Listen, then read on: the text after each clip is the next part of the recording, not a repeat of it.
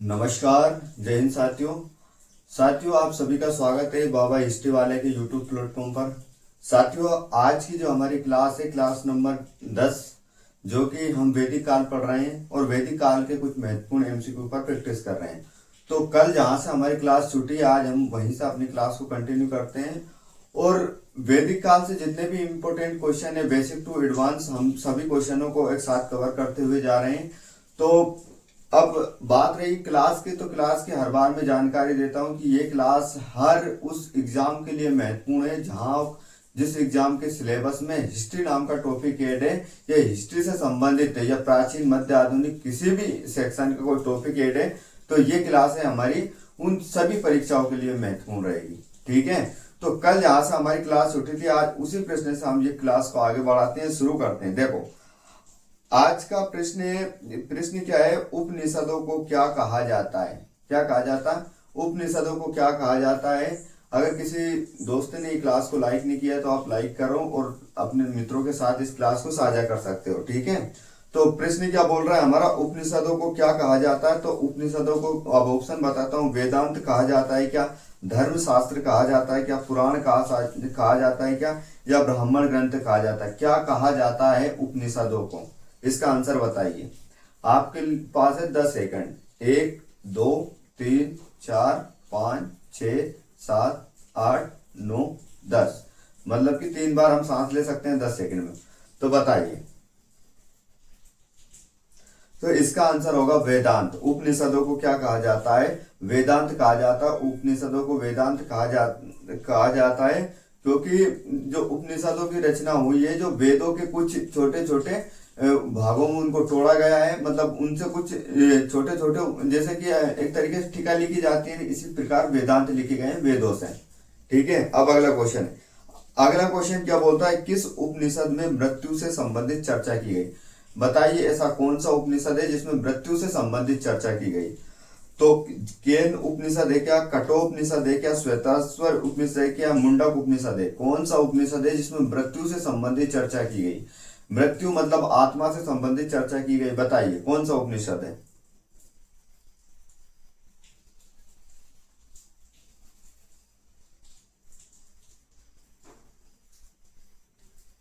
तो इसका आंसर आएगा साथियों कठोपनिषद। कठोपनिषद में मृत्यु से संबंधित चर्चा की गई। जैसे कि इस कठोपनिषद में यम और नचिकेता के संवाद का वर्णन मिलता है, जिसमें नचिकेता यमराज से क्वेश्चन करता है, मृत्यु से संबंधित क्वेश्चन करता है। वो पूछता है कि जीवात्मा अमर है या नहीं है, शरीर अमर है या नहीं, शरीर तो नश्वर है, फिर अमर क्या है?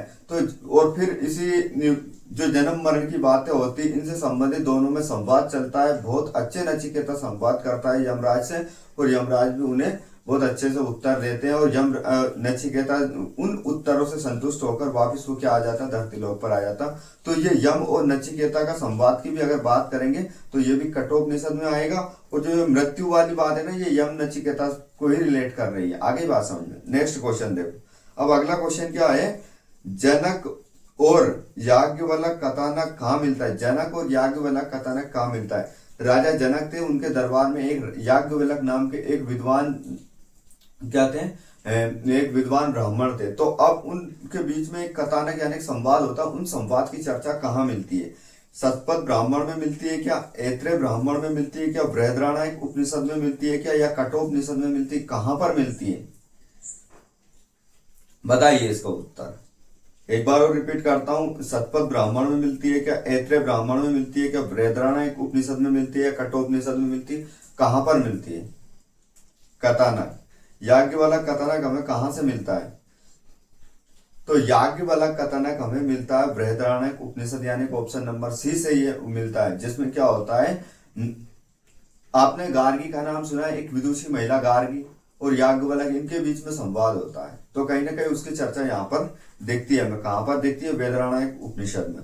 अब अगला क्वेश्चन क्या है साथियों? अगला क्वेश्चन है, निम्नलिखित में से किस एक उपनिषद में पहली बार निराशावाद के तत्व को दिखाया गया है? यानी कि ऐसा कौन सा उपनिषद है जिसमें सबसे पहले निराशावादी तत्व के बारे में बताया गया है?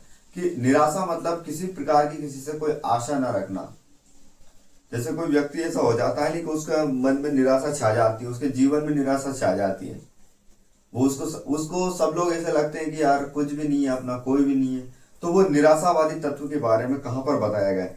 मैत्रायणी में बताया गया है, कोप में बताया गया है, बृहदारण्यक में बताया गया, केन में बताया, किस में बताया गया निराशावादी तत्व के बारे में? तो इसका आंसर आएगा मैत्रायणी। मैत्रायणी में क्या बताया गया है? निराशावादी तत्व के बारे में बताया गया है। अब नेक्स्ट क्वेश्चन देखो, बृहदारण्यक उपनिषद में जनक की सभा में याज्ञवल्क्य से दार्शनिक संवाद करते हुए निम्न में से किसका वर्णन मिलता है? थोड़ी देर पहले हमने इस क्वेश्चन में, इससे पहले वाले क्वेश्चन में थोड़ी सी चर्चा की थी। अब हमें आप बताइए कि ये जो संवाद मिल रहा है, उस संवाद में किस एक महान विदुषी महिला को शामिल किया गया था? या विदुषी स्त्री को, गार्गी को किया गया था क्या, कात्यायन को किया गया था क्या, मैत्रायणी को किया गया था, या विश्वेश्वरा को किया गया था? किसको किया गया था शामिल? याज्ञवल्क्य के साथ संवाद करने के लिए किस स्त्री को किया गया था? बताइए। ऑप्शन में एक बार आपके सामने फिर रिपीट कर देता हूं। गार्गी को किया गया था क्या, कात्यायनी को किया गया था क्या, मैत्रायणी को किया गया था क्या, या विश्वेश्वरा को किया गया था? किसको किया गया था? तो इसका आंसर होगा गार्गी को। याज्ञवल्क्य और गार्गी के मध्य संवाद की चर्चा हमें मिलती है। ठीक है, अब आगे का क्वेश्चन क्या आएगा? नेक्स्ट क्वेश्चन है, उपनिषदों का मुख्य विषय क्या है? जो उपनिषद है उनका मुख्य विषय क्या होता है? क्या मतलब उपनिषदों का उद्देश्य क्या है? उपनिषदों को लिखने के पीछे का रीजन क्या है? What is reason? यानी कि अगर किसी विषय पर हम लिख रहे हैं, किसी पुस्तक को हम लिख रहे हैं, तो उसका भविष्य में क्या उद्देश्य होगा? यानी कि वो भविष्य के लिए क्या काम करेगी? ये क्वेश्चन पूछ रहा है। तो बताइए, सामाजिक व्यवस्था के बारे में जानकारी देगा क्या, दार्शनिक व्यवस्था के बारे में जानकारी देगा, विधि मतलब कानून के बारे में जानकारी देगा, राज्य मतलब संचालन के बारे में जानकारी देगा, किसके बारे में ये हमें बताएगा? बताओ। तो एक बार और मैं फिर रिपीट करता हूं, सामाजिक व्यवस्था यानी कि समाज को संचालित करने के लिए, दर्शन यानी कि फिलॉसफी के बारे में, विधि मतलब न्याय कानून के बारे में, जस्टिस के बारे में मतलब राज्य मतलब स्टेट यानी कि राज्य की पॉलिसी उसके बारे में, किसके बारे में? तो इसका उत्तर आएगा साथियों, इसका उत्तर आएगा दर्शन के बारे में ये हमें जानकारी देता है, फिलॉसफी के बारे में ये हमें जानकारी देता है। नेक्स्ट क्वेश्चन क्या है? निम्नलिखित में से किस एक वैदिक साहित्य में मोक्ष की चर्चा मिलती है? निम्नलिखित में से किस एक साहित्य में हमें मोक्ष की चर्चा मिलती है कि मोक्ष क्या है, अंतिम अवस्था मोक्ष होती है, तो वो मोक्ष है क्या, उसके बारे में कहां से जानकारी मिलती है? ऋग्वेद से मिलती है क्या, पर्वती संहिताओं से मिलती है क्या, साहित्यों से मिलती है क्या, ब्राह्मणों से मिलती है क्या, या उपनिषदों से मिलती है? कहां से हमें मोक्ष के बारे में जानकारी मिलती है? क्वेश्चन सीधा सट याद रखना है कि मोक्ष के बारे में जानकारी हमें कहां से मिलती है। बस ज्यादा हमें फालतू कुछ बात करनी नहीं, ओनली ये बोलना है कि मोक्ष के बारे में जानकारी कहां से मिलती है वो बताओ। तो इसका आंसर क्या आएगा? इसका आंसर आएगा साथियों, उपनिषदों से हमें मोक्ष के बारे में जानकारी मिलती है। मोक्ष के बारे में जानकारी हमें कहां से मिलती है? उपनिषदों से मिलती है। आ गई बात समझ में? ठीक है, अब नेक्स्ट क्वेश्चन देखो। नेक्स्ट क्वेश्चन क्या है? ऋग्वैदिक काल में प्रारंभ में निम्न में से किस महत्वपूर्ण मूल्यवान संपत्ति को साझा किया गया? क्वेश्चन क्या बोल रहा है? ऋग्वैदिक काल के प्रारंभ में निम्न में से किसे महत्वपूर्ण मूल्यवान संपत्ति माना जाता है? यानी कि ऋग्वैदिक काल की बात हो रही है। ऋग्वैदिक काल, क्वेश्चन को थोड़ा ध्यान से सुनो, इत्मीनान से सुनो। ये प्रश्न बहुत ही सरल है, इसका उत्तर भी बहुत सरल है, समझो। यहां पर प्रश्न बोल रहा है कि ऋग्वैदिक काल में सबसे मूल्यवान संपत्ति किसे माना गया? बस ये क्वेश्चन बोल रहा है। अब इसका ऑप्शन सुनोगे तो इसका उत्तर अपना आप निकल के आ जाएगा। देखो ऑप्शन क्या है? भूमि को माना गया है क्या? किसको माना? भूमि को माना गया है क्या? गाय को माना गया है क्या? स्त्री को माना गया है क्या? या जल को माना गया है? किसको मूल्यवान संपत्ति माना गया है ये बताना है, बताओ। तो इसका आंसर आएगा साथियों, इसका आंसर आएगा गाय को। ऋग्वैदिक काल में गाय एक ऐसा पशु था जिसको सबसे मूल्यवान संपत्ति माना जाता, इसलिए गाय को अगन्या बोला जाता है। क्या बोला जाता है? गाय को अगन्या बोला जाता है। इसलिए गाय के आधार पर बहुत सारे शब्दों का वर्णन मिलता है। जैसे गाय के लिए युद्ध करते हैं तो गवष्टि बोला जाता है, गाय की खोज करते हैं तो गवष्टि बोला जाता है, गाय जब शाम के समय जंगल से चल के आती है तो उसको गोधूली वेला बोला जाता है, गाय का जो खाद रहता है, गोबर का जो खाद बनता है उसको करिस बोला जाता है, और गाय को जो दूध दोहती है यानी कि दूध लगाने का काम करती है उसको दूहत्री बोला, यानी कि पुत्री का नाम भी गाय के नाम के आधार पर रिलेट होता है। इसलिए गाय का सबसे ज्यादा महत्व, और गाय का सबसे ज्यादा महत्व होने के पीछे भी एक रीजन है, क्योंकि ऋग्वैदिक काल में क्या थी, एक कबीलाई व्यवस्था थी। वहां पर कृषि जैसी कोई व्यवस्था हमें देखने को नहीं मिलती, इसलिए वहां के लोग कबीलाई थे और वो पशु चारण का काम करते थे, यानी कि पशुओं को चराने और गोधन रखते थे। सबसे ज्यादा, सबसे बड़ा धन गोधन था, सबसे बड़ा। जब इसीलिए सबसे ज्यादा वैदिक ग्रंथों को हम पढ़ते हैं, ऋग्वैदिक काल में भी गाय के बारे में सबसे ज्यादा सूक्त और मंत्र लिखे गए और उनके नाम की चर्चा होती है। आगे बात समझ। तो इसलिए गाय को सबसे पवित्र और सबसे अच्छा पशु माना गया, यानी कि पूजनीय माना गया है। गाय को क्या माना गया? पूजनीय पशु माना गया। ठीक है, नेक्स्ट क्वेश्चन क्या बोलता है? सबसे पूर्व जानी जाने वाली स्मृति कौन? सबसे पहले अगर कोई सी स्मृति का प्रचलन हुआ है, सबसे पहले जिस स्मृति के बारे में हमें जानकारी मिलती, उस स्मृति का हमें नाम बताना है। और प्रश्न ये पूछ रहा है, ऑप्शन है वशिष्ठ स्मृति, याज्ञवल्क्य स्मृति, मनु स्मृति या बोधायन स्मृति, कौन सी है? बताइए। वशिष्ठ, याज्ञवल्क्य, मनु और बोधायन, कौन सा है? तो इसका आंसर आएगा साथियों, इसका आंसर आएगा मनु। क्या आएगा? मनु स्मृति ऐसी स्मृति थी जिसके बारे में सबसे पहले हमें जानकारी मिलती है और सबसे प्राचीन और प्रचलित स्मृति है। नेक्स्ट क्वेश्चन, मनु स्मृति मुख्यतः संबंधित है, यानी कि अब मनु स्मृति किससे संबंधित थी, किसके बारे में हमें जानकारी देती है, ये हमारा प्रश्न है। क्या है? मनु स्मृति सबसे पहले किसके बारे में हमें जानकारी देती, ये हमारा प्रश्न है। तो प्रश्न का हमें बताइए, उत्तर बताइए। सामाजिक व्यवस्था के बारे में जानकारी देती है क्या? कानूनी व्यवस्था के बारे में जानकारी देती है क्या? अर्थव्यवस्था के बारे में जानकारी देती है क्या? राज्य कार्य पद्धति के बारे में जानकारी देती है? किसके बारे में मनु स्मृति सबसे ज्यादा जानकारी हमें देती है? हमारा प्रश्न ये बोल रहा है, बताइए उत्तर। तो इसका आंसर क्या आएगा? तो इसका आंसर आएगा साथियों, कानून व्यवस्था के बारे में मनु स्मृति हमें जानकारी देती। किसके बारे में देती है जानकारी? कानून व्यवस्था के बारे में हमें मनु स्मृति जानकारी देती। ठीक है, नेक्स्ट क्वेश्चन देखो। नेक्स्ट क्वेश्चन क्या पूछ रहा है हमसे? नेक्स्ट क्वेश्चन पूछ रहा है, निम्नलिखित में से किस एक स्मृति में यह कथन मिलता है, राजपत्र कपड़े पर अथवा ताम्रपत्र पट्टिका पर लिखा जाता है। देखो क्वेश्चन क्या पूछ रहा है, ऐसा कौन सा स्मृति ग्रंथ है जिसमें हमें ये जानकारी मिलती है, अगर कोई सा राजपत्र जारी होता है या कोई सी राज की कोई सूचना जारी करता है, मतलब कोई नई घोषणा जारी करते हैं, तो उसको एक पत्र यानी कि कपड़े पर लिखा जाएगा। और अन्य जो, जैसे कि राजपत्र के अलावा और अन्य जो काम करते हैं और भी महत्वपूर्ण, जो ताम्र पत्र पर अंकित होगा, तांबे का एक पत्र रहेगा, उस पर अंकित करेंगे। तो ये जानकारी हमें कहाँ से मिलती? मनु स्मृति से मिलती है क्या? पाराशर स्मृति से मिलती है क्या? याज्ञवल्क्य स्मृति से मिलती है क्या?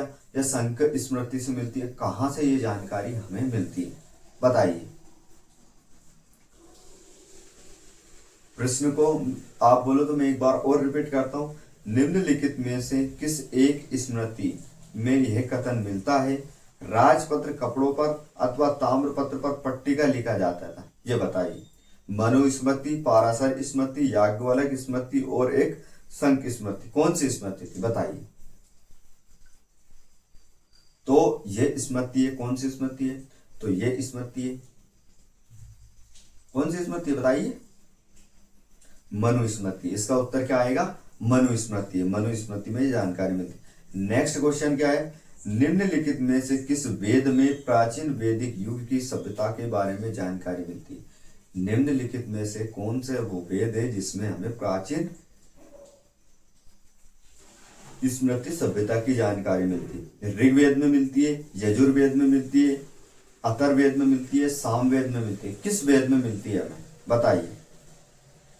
तो ये जानकारी हमें मिलती है ऋग्वेद में। ठीक है, नेक्स्ट क्वेश्चन, वैदिक गणित का सबसे महत्वपूर्ण पाठ कौन सा होता? वैदिक गणित का सबसे महत्वपूर्ण पाठ कौन सा है वो हमें बताना है।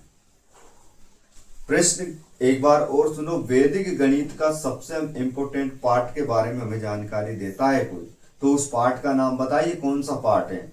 शतपथ ब्राह्मण है क्या, अथर्ववेद है क्या, शूल्ब सूत्र है क्या, छांदोग्य उपनिषद है क्या? क्या है बताइए? शतपथ ब्राह्मण, अथर्ववेद, शूल्ब सूत्र, छांदोग्य उपनिषद, बताइए। तो इसका उत्तर आएगा शूल्ब सूत्र। क्या आएगा इसका उत्तर? शूल्ब सूत्र में यह जानकारी मिलती। अब नेक्स्ट क्वेश्चन, गार्गी, मैत्रायणी और कपिला का घर था। गार्गी, मैत्रायणी और कपिला का घर था। इन तीन स्त्रियों को नाम आता है साथियों, ये तीन, गार्गी, कपिला और मैत्रायणी, ये सबसे ऋग्वैदिक काल की सबसे विदुषी महिलाएं थी, जिन्होंने बहुत सारे मंत्र और बहुत सारी ऋचाएं लिखी है। तथा उन्होंने ऐसे ऐसे प्रकांड पंडितों के साथ भी, जैसे याज्ञवल्क्य जैसे विद्वान पुरुषों के साथ भी उन्होंने, विद्वान पंडितों के साथ भी उन्होंने क्या किया? शास्त्रार्थ किया और कहीं ना कहीं उनको चुनौती दी। तो इन विदुषी महिलाओं की जानकारी या इनके निवास स्थल के बारे में हम बात करते हैं, तो इनका निवास स्थल क्या मिलता है? इनका निवास स्थल मिलता है मिथिला। क्या मिलता है? मिथिला। ये मिथिला मतलब विदे मतलब राजा जनक का जो राज्य था, वहां की ये निवासी थी। इसीलिए अधिकतर याज्ञवल्क्य और गार्गी संवाद की बात करते हैं तो ये भी वहीं पर हुआ था। तो वहां पर ये मिथिला, सोचो वो राज्य कितना धनी होगा, वो राज्य कितना, उस राज्य का राजा कितना विद्वान होगा जो इन लोगों का संरक्षण कर रहा है। समझ रहे हो? वास्तव में मानने वाली बात है ये। नेक्स्ट प्रश्न, अगला क्वेश्चन क्या आएगा? आर्यों के द्वारा निम्नलिखित में से कौन सा शिल्प कौशल कार्य प्रयोग में नहीं लाया जाता? आर्यों के द्वारा कौन सा ऐसा शिल्प कार्य था जो वो प्रयोग में नहीं लाते थे, यानी उनको उस कार्य के बारे में जानकारी नहीं थी? मिट्टी के बर्तन बनाना, आभूषण बनाना, या बढ़ाईगिरी का काम करना, या लोहारगिरी का काम करना, कौन सा काम नहीं आता था आर्यों को? बताइए। तो इसमें आंसर आएगा साथियों, इसमें आंसर आएगा मिट्टी के बर्तन बनाना, आभूषण बनाना, बढ़ाईगिरी का काम करना, लोहारी का काम करना। उनको ऊपर वाले तीनों काम आते थे। वो मिट्टी के बर्तन भी बनाते थे, आभूषण भी बनाते थे और बढ़ाईगिरी का काम करते थे, लेकिन लोहार का काम उनको नहीं आता था। अस्त्र शस्त्र चाक पहिए जैसे काम उनको नहीं आता था। नेक्स्ट क्वेश्चन क्या है? नेक्स्ट क्वेश्चन क्या बोलता है? भारतीय शासन के प्रतीक शब्द सत्यमेव जयते निम्न में से किस ग्रंथ से लिए गए? अति महत्वपूर्ण क्वेश्चन है, इसमें 1000 बार स्टार लगा लो, इतना इंपॉर्टेंट क्वेश्चन है ये। कौन सा? भारतीय शासन के प्रतीक शब्द सत्यमेव जयते निम्न में से किस ग्रंथ से लिया गया है, या किस उपनिषद से लिया गया है, ये बता दो हमें, बताओ। तो प्रश्न ऑप्शन है उपनिषदों, जैसे मुंडोक उपनिषद से लिया गया, सामवेद से लिया गया, ऋग्वेद से लिया गया, या रामायण से लिया, कहां से लिया गया है सत्यमेव जयते? बताओ इसका आंसर। बहुत ही सरल है और 1000 बार तो आप पढ़ ही चुके होगा। और हमने वैदिक काल की जो महत्वपूर्ण क्लासें ली थी, तो उन वैदिक काल की आप क्लास भी अगर देखोगे तो आपको ये इसका उत्तर आसानी से मिल जाएगा। बताइए किस में सत्यमेव जयते कहां से लिया गया? तो इसका आंसर आएगा साथियों, इसका आंसर आएगा ए वाला।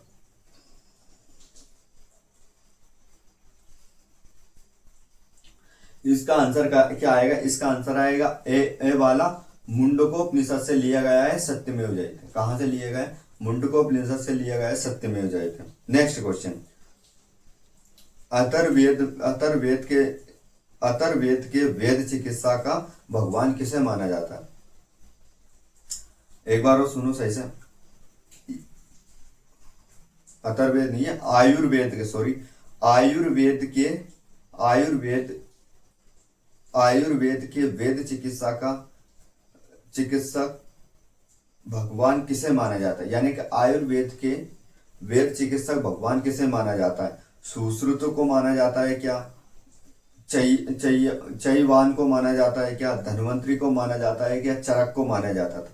वैसे तो ये जितने भी नाम दिए गए सभी बहुत महान चिकित्सक हुए, लेकिन इनमें से एक को हमें चाटना है जो कि आयुर्वेद के से संबंधित है। बताइए। सुश्रुत, चैवन, धन्वंतरी, चरक, कौन है? तो इसका आंसर आएगा साथियों, इसका आंसर आएगा धन्वंतरी है। कौन है? Dhanvantari. Next question, next question क्या है? वैदिक आर्य का महत्वपूर्ण भोजन है। वैदिक आर्य लोग थे, वो किस भोजन को सबसे ज्यादा करते थे? कौन सा भोजन उनका अति प्रिय था, ये बताना है। जौ और चावल थे क्या? दूध और उसके उत्पाद थे क्या? दूध या दूध से बने उसके उत्पाद थे क्या? नेक्स्ट आएगा चावल और दालें थी क्या? सब्जी और फल थे क्या? वैदिक लोग कौन से भोजन को सबसे ज्यादा करते थे, ये हमें उत्तर देना है, बताइए। तो इसका आंसर आएगा, इसका आंसर आएगा दूध और इससे बने उत्पाद। यानी कि हमें हमें बहुत अच्छे से पता है कि ऋग्वैदिक कालीन लोग सबसे ज्यादा पशुपालन का काम करते थे। उनका सबसे अति प्रिय जानवर या पशुधन था गोधन, है ना। तो गाय के दूध से जो भी बने हुए प्रोडक्ट थे उनका ये यूज करते थे। गाय के दूध का जो भी उपयोग होता था, दूध, दही, मावा, मिष्टान, जिसमें भी यूज कर सकते थे, सबसे ज्यादा वो गाय के दूध से बने हुए जो भी सामग्री रहती थी उसका उपयोग वो करते थे। कौन? वैदिक कालीन लोग। ठीक है। नेक्स्ट क्वेश्चन, निम्न में से कौन चिकित्सक नहीं है? अब इनमें से एक नाम ऐसा बताना जो चिकित्सक नहीं है। थोड़ा सा ध्यान से सुनोगे, इससे पहले हमने एक क्वेश्चन डिस्कस करा था आयुर्वेदिक देवता किसके बारे में? धन्वंतरी के बारे में। अब यहाँ पर कुछ नाम दिए गए, थोड़ा सा समझो। सुश्रुत थे क्या? चारवाक नहीं थे क्या? और जिसके बाद में चरक नहीं थे क्या? या धन्वंतरी? कौन एक आयुर्वेद से संबंधित नहीं है, ये नाम हमें बताना। सुश्रुत, चरक, चारवाक, धन्वंतरी। सुश्रुत, चरक, चारवाक, धन्वंतरी। सुश्रुत, चरक, चारवाक, धन्वंतरी। तो इसका उत्तर आएगा साथियों चारवाक। कौन नहीं था? चारवाक। चारवाक, ये तीन तो सही है, तीन आयुर्वेद से संबंधित है। कौन? सुश्रुत भी है, चरक भी है और धन्वंतरी भी। लेकिन चारवाक एक दार्शनिक व्यक्ति था। उसका कहना था उधार ले वो घी पीवो। उधार ले वो घी पीवो का मतलब ये नहीं होता है कि उधार लेकर घी पीवो, नहीं। जिंदगी हमें, उसका कहना ये था कि जिंदगी हमें एक बार मिली है। क्या? जिंदगी हमें एक बार मिली है, उसको इतनी शान से जियो, इतनी शान से जियो कि इतने तरीके से जियो, मतलब कि अगर हमें हमें मतलब फुल एंजॉय करो। जिंदगी एक बार मिली है, दोबारा नहीं मिलेगी। जितना एंजॉय तुम कर सकते हो उतना एंजॉय करो और अपनी लाइफ में मस्त रहो, दिल से खुश रहो, जो अपने मन में आए वो काम करो। कहने का मतलब ये था, यानी कि अगर कोई व्यक्ति शराब पी रहा है तो वो इतनी पिए, इतना पिए, जमीन पर लुढ़क जाए और फिर उठे फिर पिए, फिर उठे फिर पिए, मतलब ऐसा पिए कि वो रमा रहे। इस प्रकार की वो बात करते हैं चारवाक। यानी कि चारवाक एक ऐसा भौतिक दर्शन है, चारवाक एक ऐसा भौतिक दर्शन है जो वर्तमान में जीने की बात करता है। तो इसलिए बोलता है कि उधार ले वो घी पीवो और जिंदगी एक बार मिली है, खूब जियो, मजे से जियो, जितने शान से जीना उतने शान से जियो। ये उनकी बात है चारवाक की। नेक्स्ट क्वेश्चन क्या है? किसी मानीषी पंडित ने दक्षिण भारत का आर्यकरण किया था। उस ऋषि का नाम बताए जिसने दक्षिण भारत का आर्यकरण किया था। ऑप्शन है याज्ञवल्क, वशिष्ठ, अगस्त, विश्वामित्र। बताइए।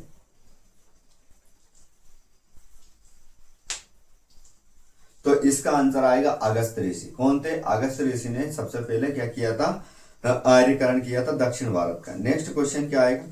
अगला क्वेश्चन है गोत्र शब्द का प्रयोग सर्वप्रथम कहाँ हुआ था? जो हम गोत्र लगाते हैं ना, आप सबकी अपनी अपनी एक अलग गोत्र।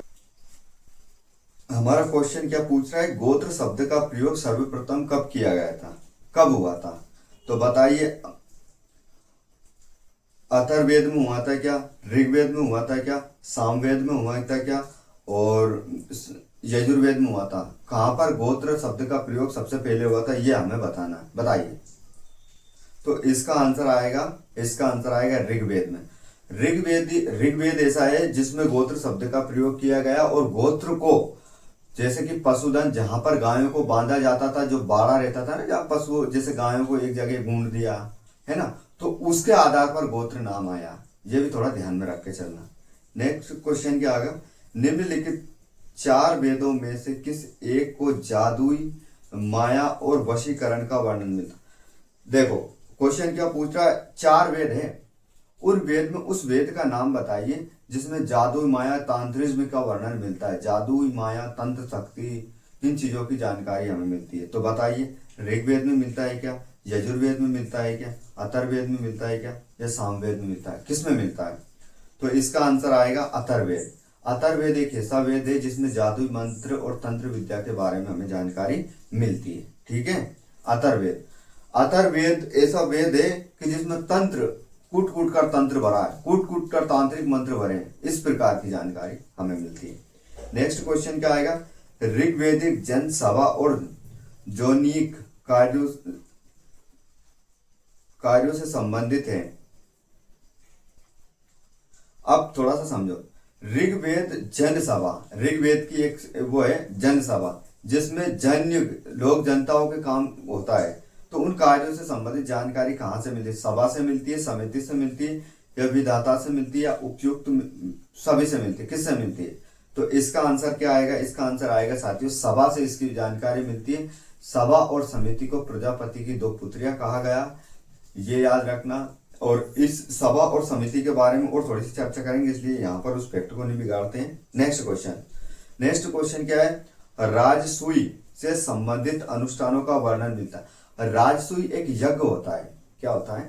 राजसूय एक यज्ञ होता है, उस यज्ञ के बारे में हमें जानकारी मिलती है। राजसूय एक यज्ञ होता है, अनुष्ठान होता है, उस अनुष्ठान के बारे में हमें जानकारी कहाँ से मिलती है? हमारा प्रश्न ये है। अब उत्तर देखो, प्रश्न के ऑप्शन सुनो। ऋग्वेद से मिलती है, यजुर्वेद से मिलती है, सामवेद से मिलती है, अथर्ववेद से मिलती है। कहाँ से मिलती है बताइए?